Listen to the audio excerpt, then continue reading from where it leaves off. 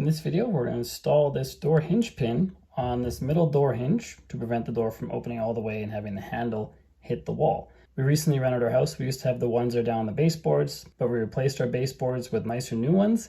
I don't want to put the old crummy door stops back. That's why I got some of these. And this is a squeak-free hinge, which is a little different than regular hinges because there's some extra plastic to make it squeak-free. But either way, the process is the same. You need to get the hinge or the pin out of the hinge. I use a screwdriver and a hammer. And I go down underneath. I line the screwdriver up at the bottom of the hinge pin and I just tap it out. Once you hammer it in a certain distance, it can be hard to get the screwdriver out. So you want to make sure your screwdriver is not too thick so it doesn't get stuck in the barrel, I guess you'd call it. Once your hinge pin is out a little bit, you still can't pull it out. But what you can do is now put your screwdriver down here and tap it out this way. What you want to make sure when you're tapping these out is that you don't hit the door or the wall with the hammer, which can leave marks.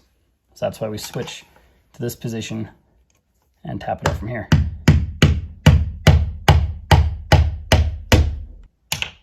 There we go, hinge pin is out. At this point, make sure you don't open the door. You don't want this to misalign. You can see it's a little bit out of alignment. You don't want it more than that, otherwise it gets to be painful to put back in. And now the way you put this on matters. First of all, the hinge pin goes through this hole, but you want to make sure that this piece that you adjust, in my case, is the part that hits the wall. Because if I do it this way, if I adjust the angle, you'll see when the door opens that this starts grinding against the wall. The metal starts grinding against the wall at the hinge before this piece even touches the wall. So I'm going to end up making a big notch in this piece of wood right here, and I don't want that. So instead, I'm going to have it this way. As you can see, there's a giant gap here. There's no danger of marking up the wood. So I put the hinge pin in on the correct side so that we have the correct placement. And now we tap that back in with the hammer.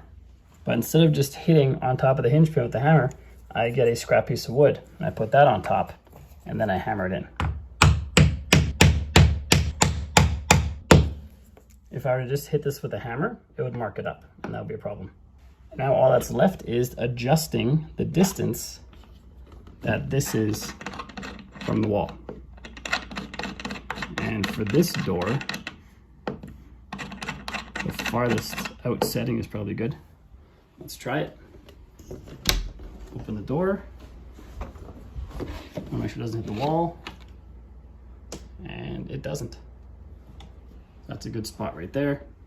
You just want to do that little trial and error just to get the right placement. And then you have your door stopper. And you can put this on any hinge, top, bottom, or middle. I prefer middle or top, but really it's up to you which one you choose.